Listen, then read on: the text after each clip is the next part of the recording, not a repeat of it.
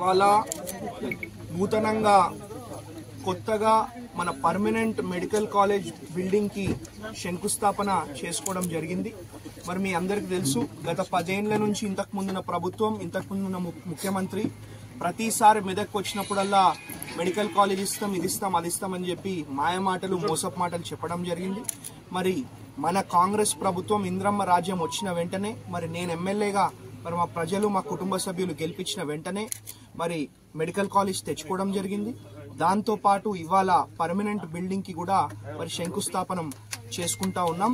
ఇదే కాదు, medical college తో పాటు నర్సింగ్ కాలేజు, పారామెడికల్ కాలేజు ఇవన్నీ కూడా మనం తెచ్చుకోవడం జరిగింది.